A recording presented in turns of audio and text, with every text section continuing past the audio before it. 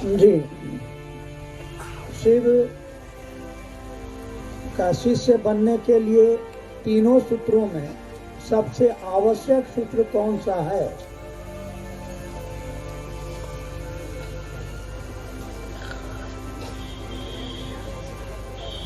तीनों सूत्रों में सबसे आवश्यक सूत्र कौन सा है? सारा तीने में खो देता रहो, तेरा रही तक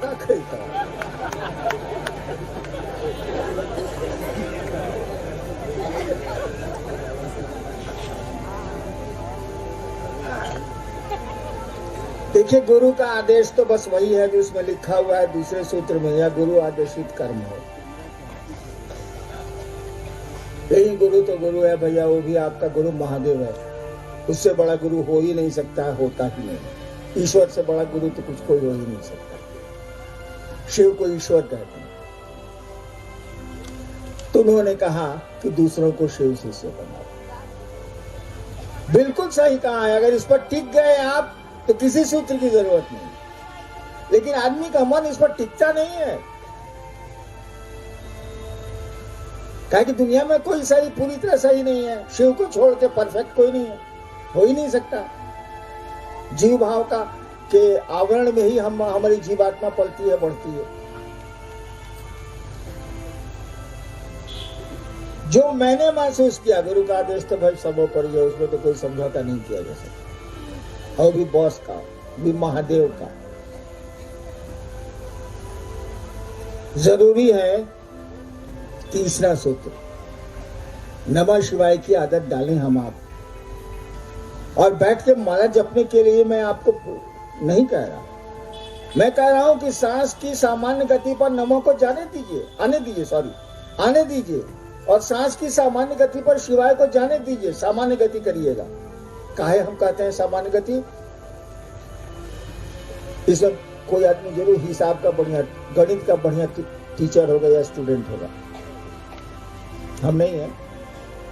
गणित का, हिसाब का, मैथमेटिक्स का कोई आदमी या तो बढ़िया टीचर होगा या स्टूडेंट होगा। उसको कहेंगे बाबू ये सुनो, चौक पर वो पान का दुकान है, दौड़ के खिली पान लगा, दौड़ के आना। इसको दौड़ा दिए पान के दुकान पर, और दौड़ के पान लेके आ गया वो। अब वो तरकारी का, सब्जी का हिसाब लेके रख दिया। सर ठहरिए सर, क्या हुआ?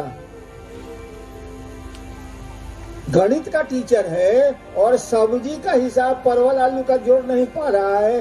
कह रहा है ठहरिए ना भाई साहब, भाप रहा है, ठहरिए ना भाई साहब।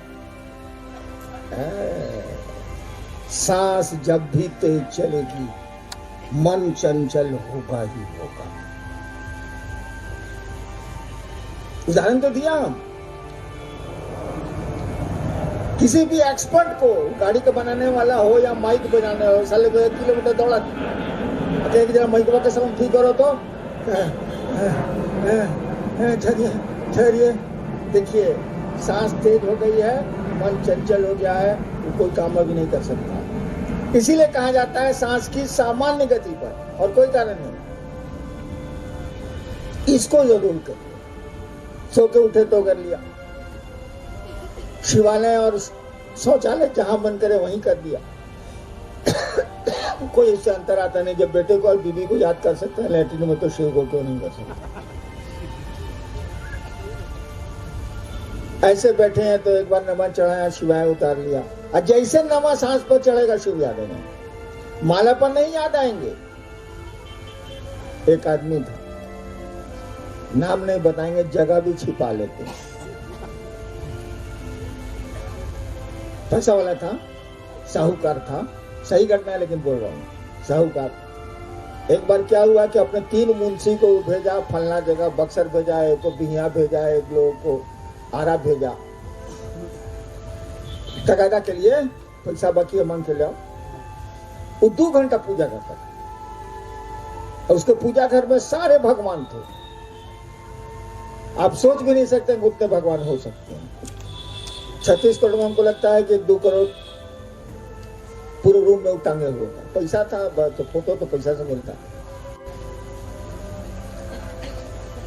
अब पूरी एक मुट्ठा अगरबत्ती जलाता था, अब पूजा करते रहता था। उसी बीच मुंशी आ गया, उसको दूसरा काम दिखा। बक्सर से आया, बोला कि मालिक तू कहले बाकी 20 के बाद आई है। सुन लिया, पूजा कर रहा हरिओम हरिओम हरिओम बोल बोल कर रहा। क्या बोला बताओ, तेरी मत से तेरे बहन हरिओम हरिओम हरिओम तेरी मत से। तो गाली दे रहा उसको जो उसका पैसा नहीं दिया। यानी मन तो हरिओम कर रहा है, मन तो नमः शिवाय कर रहा है, यानी सॉरी मुंह तो आपका, शब्द तो आपका नमः शिवाय बोल रहा है, ओठ तो बोल रहा है, लेकिन मन तो कहीं और है। और जब मन ही ट्रेंड नहीं हुआ, मन ही शिव की ओर नहीं गया, तो कमबख्त शरीर थोड़े ही जाए। ये कहां से जाएगा, कितने दिन ही जाएंगे। लेकिन ये शरीर के छूटने के बाद भी आपकी प्राण शक्ति के साथ आपका मन रहता है, वो रहेगा। तो नमः शिवाय जरूर करिए, गुरु आदेशित कर्म जहां तक संभव हो जरूर करिए। अदया तो मांगने के लिए कहने की जरूरत है भाई। हमार सीमान घर हम जानी ले कि परपराई तो अपने मंगब कहला एकादुर